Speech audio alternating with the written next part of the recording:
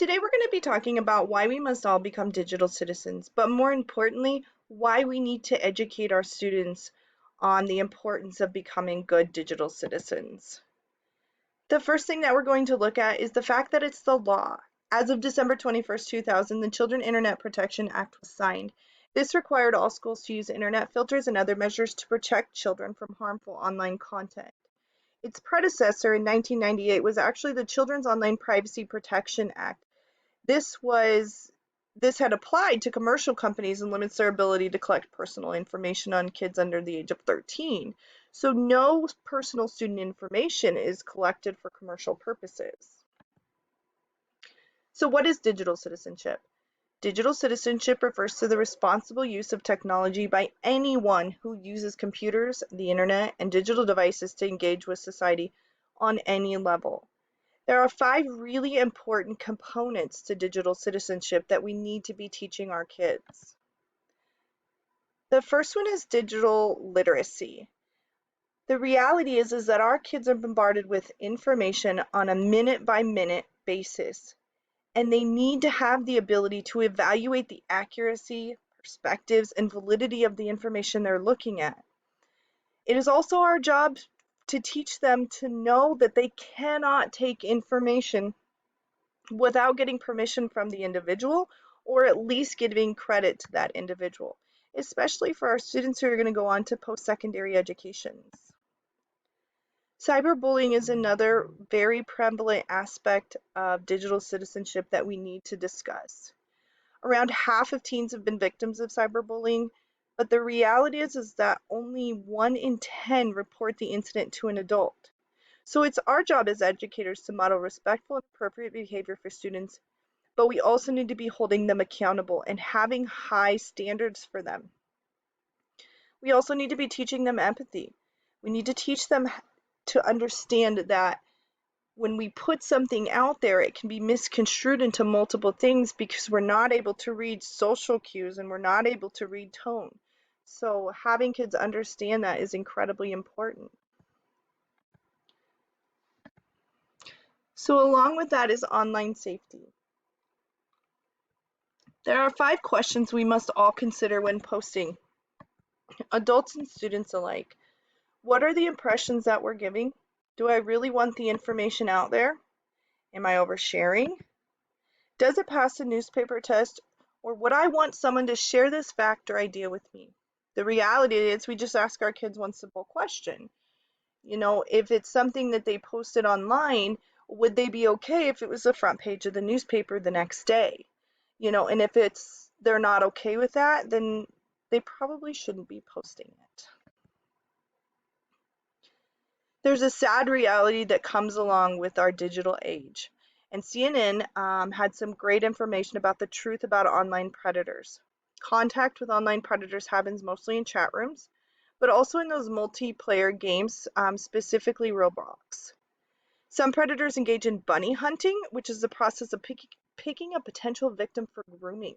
So they're looking at social media posts. They tend to target kids who post revealing pictures of themselves or engage in sexual talk online. Our kids want to feel special and validated and attractive, and that is how these predators are finding them. 1 in 5 children 10 to 17 years old receive unwanted sexual solicitations online. That is a scary, scary number of kids that are receiving this kind of information and solicitations online. So digital responsibilities. Our job is to not only talk to our kids about the importance of potential threats online, but really we need to be teaching them. And there are some great resources out there, some of them free to both teachers and administrators. One of the first things that we see is the iSafe Enterprises digital learning curriculum. Nearpod has some great digital citizenship lessons for all ages.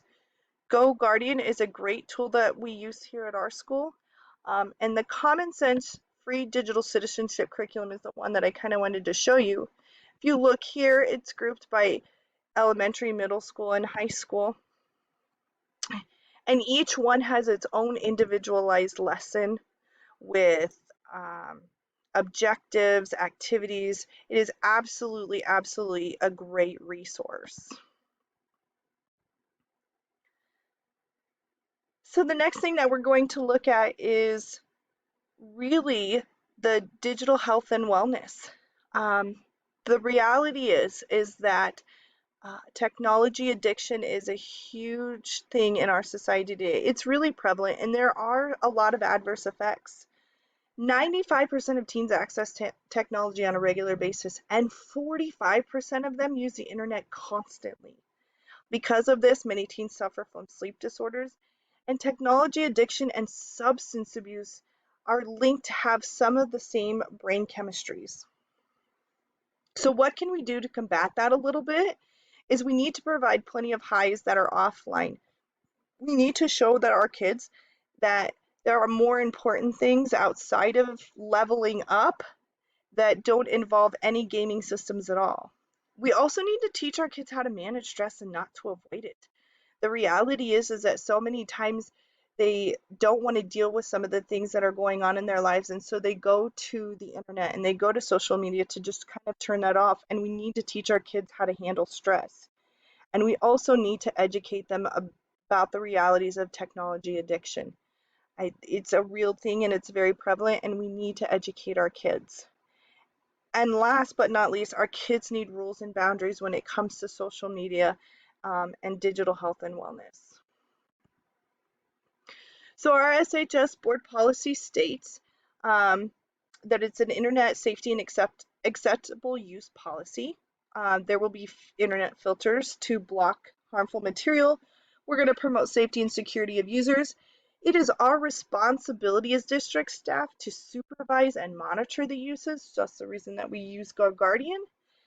Students will be educated about appropriate online behavior and etiquette, and parents and students will be required to sign user agreements.